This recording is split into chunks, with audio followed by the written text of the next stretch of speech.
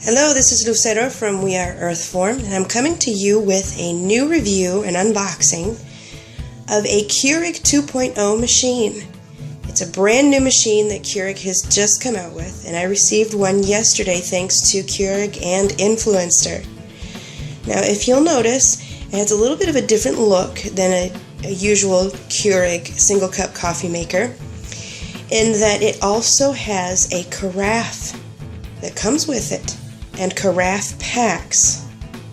So we're going to unbox this baby and see how it works. Well, let's just take a look at what is in the box before we start unwrapping. We're going to say hello to the new Keurig 2.0. Now, typical for a Keurig box contents, we have our sample packs, instruction manual and support books, some more sample packs over here, and this large one is for the carafe packs that go with this little carafe here. Now we're going to remove the packaging so you can see this beautiful new machine. As far as styling goes, I must say I do like it. The size of the Keurig 2.0 isn't much larger than their basic one-cup coffee makers, and I love the new color. It has a slightly greenish tinge. Maybe it's just my eyes, but to me it looks that way, and it goes perfectly with my plastic laminate cabinets that my husband's company made for us. Well, so without even knowing it, the Keurig matches our kitchen. Now you'll notice here that the little tray, the drip tray, slides in like a typical, like the usual Keurig's does. You know, slides in to secure it so that it catches any drips.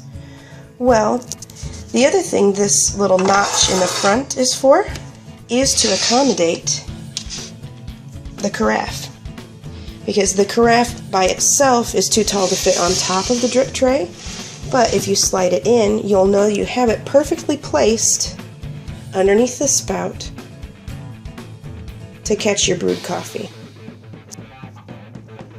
Now there's a digital display here. It's just showing what you'll see once you turn it on. We'll just take that off now, reveal that beautiful new screen, and we'll turn it on.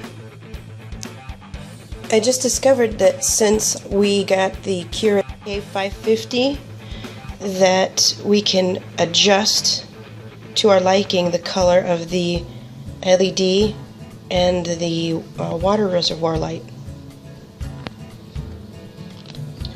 One thing that I found a little disappointing is that my Keurig, my K-Cup reusable filter accessory is no longer useful with this machine. You have to use a K-Cup pack that has the K-Cup logo, because the machine reads the logo, and if there's no logo, you don't get coffee. So I'm getting ready to run the Keurig 550 from the Keurig 2.0 line for the first time. I've washed and installed the reservoir and also installed the filter. It's always already kind of foggy in there. But I wanted to show you this feature of the reservoir lid. It flips up in the front. Isn't that nifty? So you don't have to take it off of the reservoir in order to fill it. So I'm actually using the included carafe to fill the reservoir. We'll see how that works out. And I measured it. It should take about 2 full ones of these, of the carafes, to fill the reservoir, maybe a little bit extra. I do believe it's an 80-ounce reservoir. So yeah, it'll take just a fuzz more to fill it, but I didn't have to remove the lid or remove the reservoir from the side of the machine. Well, let's turn it on. What a polite machine. Well, I already did that. See, there was an orange disc in here, and I've already taken it out and gotten rid of it. So let's continue. It dawned on me that it may be an issue to have this completely open underneath my counters, or underneath my upper cabinets.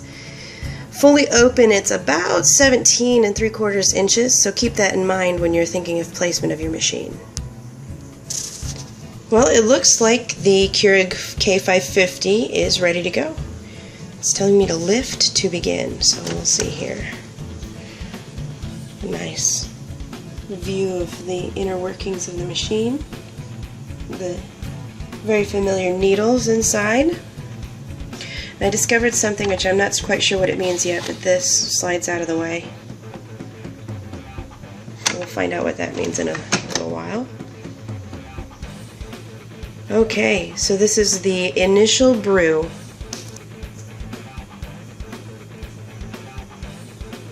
Okay, so we're going to brew the first, well, not really brew, but run the first 6 ounces to kind of clean out the insides of the machine.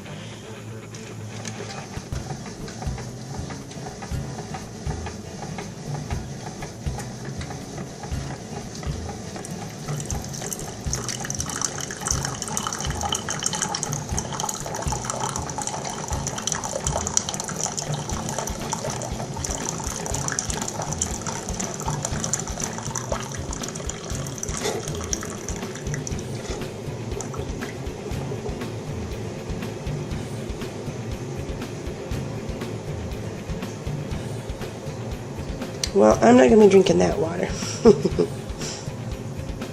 Okay, now we need to set the time on this. Clock. Time. It's currently 9:18.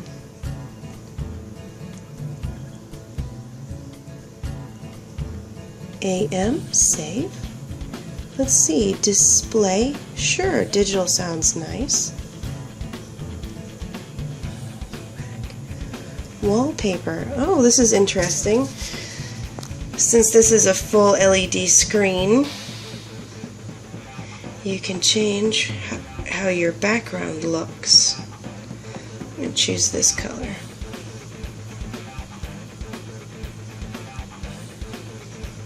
See what other, oh, lighting. Reservoir light. Let's change it to green. Save. And there, you can kind of see it in the dark. It'll be more impressive, I'm sure. Night light. Night light on. Let's set that for 11 p.m. Night light off at 6 a.m. Nope. Okay. Reservoir light is done. Water filter reminder. Hey, that's nice.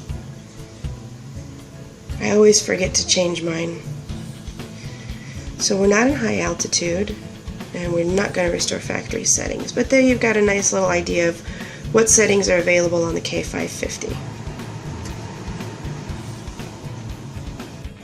I just discovered that there are no brew options on the machine like you would find in a typical Keurig before you put in a K-cup.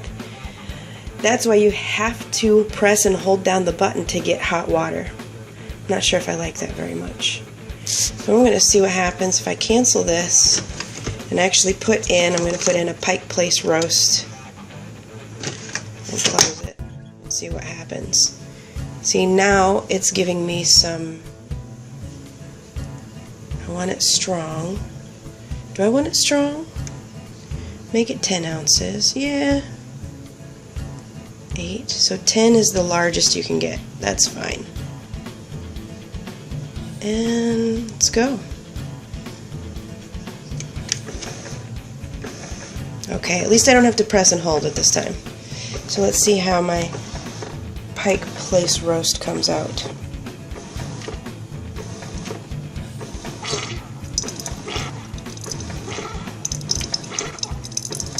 Oh, that's different.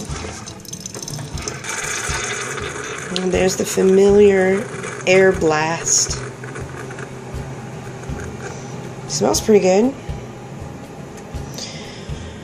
So that's how they get you. You have to use Keurig pods, because unless you have a pod in there, it will not give you brewing options. And if you want hot water, you have to press and hold the button.